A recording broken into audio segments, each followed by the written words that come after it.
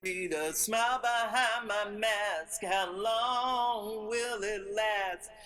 Stimulus going fast. Government won't act. How long will this be going on?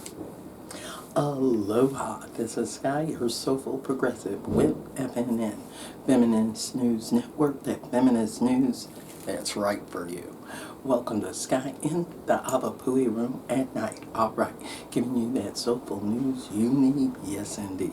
And if you haven't told a friend to like and subscribe and get that soulful news that soulful way, well, baby, you better let them know they can get it straight up today, the Women's Month way. Now, what is it I want to talk to you about? What is going on? It seems like there has been 5 billion put forward for Black, Hispanic, and Asian farmers to come up when normally they cannot get the loans they need. Now, we're going to take a quick look at what Democracy Now! Says about this, and then we're going to really talk and discuss what's going down. All right. Show looking at a major provision in President Biden's $1.9 trillion COVID relief bill that aims to address decades of discrimination against Black, Hispanic, Native American, and Asian American farmers who've historically been excluded from government agricultural programs. The American Rescue Plan sets aside $10.4 billion for agriculture support and allocates about half the funds to farmers of color who are, quote, subjected to racial or ethnic prejudice because of their identity as members of a group, unquote. The U.S. Commission on Civil Rights confirmed as long ago as 1965 the U.S. Department of Agriculture discriminated against Black farmers, but little was done to address the problem, and the number of Black-run farms dropped 96% in the last century. By 1999, 98% of all agricultural land was owned by white people. In 2010, Congress approved a $1.2 billion settlement for thousands of Black farmers denied USDA loans because of their race.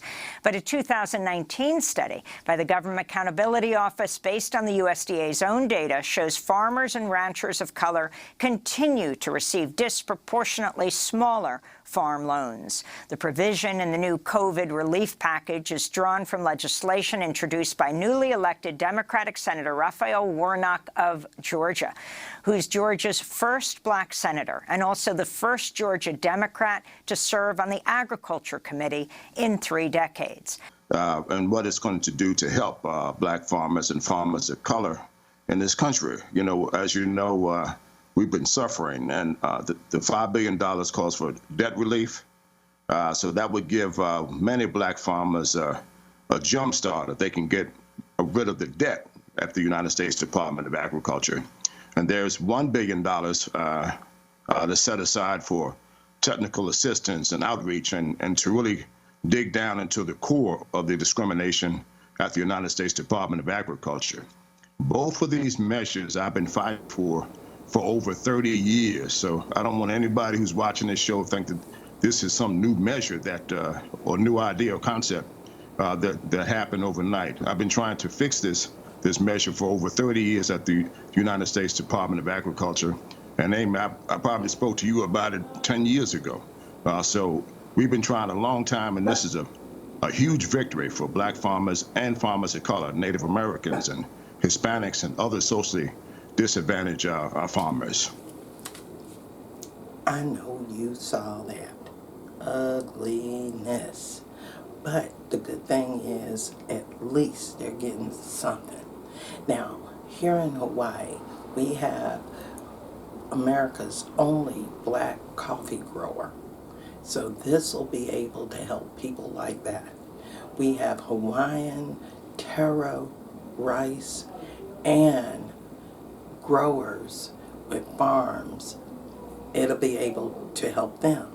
We have women-owned farms in Big Island like Naked Cow. Now, some of these will be able to be helped, Some of them will not be able to apply because of the income limits and the employment limits that are on these, but everybody should try to apply to qualify. Because we're talking about $5 billion and we don't want to see a dime of that left over. And this is a good thing. This is not reparations, mind you, not reparations at all, but this is at least something for that community that has been devastated and cut down by 97% over the last century. Now, here in Hawaii, we used to have all kinds of sugarcane farms, pineapple fields, and everything of that nature. And slowly they got pushed into corporations like dope. Slowly the mom and pops got pushed out. And then you have the ones that are left over now, and they're barely hanging on. They want to take that land and try to make developments out of it. Ugliness. No self-sustainability if you can't sustain what you already got. And I know that's right. Leave your comments below and let me know at feministnewsinn@gmail.com. And remember, I'm also Soulful Progress 1 on Twitter. Got that rant of the day on blogging. And I'm no longer the one-woman team. Thank you for helping me get to 600. Yeah, appreciate that. Subscribers, that is. We're hoping to get over 1,000. But, you know, I'm a small crew, small news, but we're giving it big facts. I know that's right, Jack. So remember, in this era of hate, you're going to have to participate, or you're going to have haters all over this place that make small farming a small thing when it needs to be big. I know that's right. So, thanks for watching. Thanks for joining. Peace. See the smile behind my mask. How long will it last? Stimulus going fast. Government won't act. How long will this be going on?